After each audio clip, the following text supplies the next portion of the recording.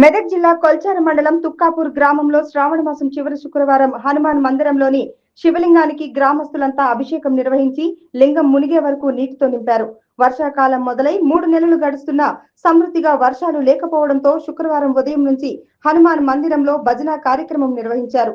అనంతరం గ్రామ పెద్దలు మరియు యువకుల ఆధ్వర్యంలో హనుమాన్ మందిరంలోని శివలింగానికి మంజీరా నది నుండి నీరు తీసుకువచ్చి అభిషేకం నిర్వహించి లింగం మునిగే వరకు దేవాలయంలో నీటితో నింపారు.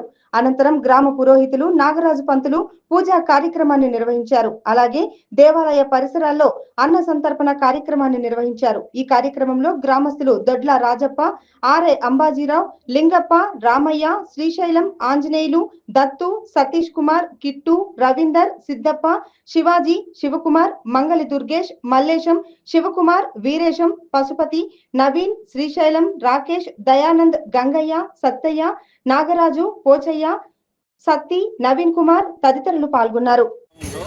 గత 20 సంవత్సరాల నుంచి గౌరీ శంకర్ భజన మండలి తరఫున ఈ శ్రావణ మాసంలో ప్రతిరోజు ఒక 2 గంటల సేపు కానీ భజన చేస్తాం జరుగుతుంది మన భక్తులు. అదేవిధంగా ప్రతి సంవత్సరం ఈ శ్రావణ మాసంలో ఆ ముగింపు సమయంలో అన్న సంతర్పణ చేసి శాంతి చేయడం జరుగుతుంది.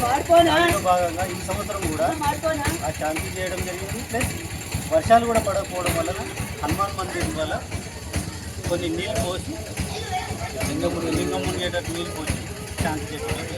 మరియు వర్షాలు కూడా సమృద్ధిగా పడాలి. పూజ కూడా చేయాలి. గౌరీ శంకర్ భజన మండలి తరపున శ్రావణ మాసం మొదటి నుంచి కూడా ప్రతిరోజు భజన తప్పకుండా చేస్తున్నాం.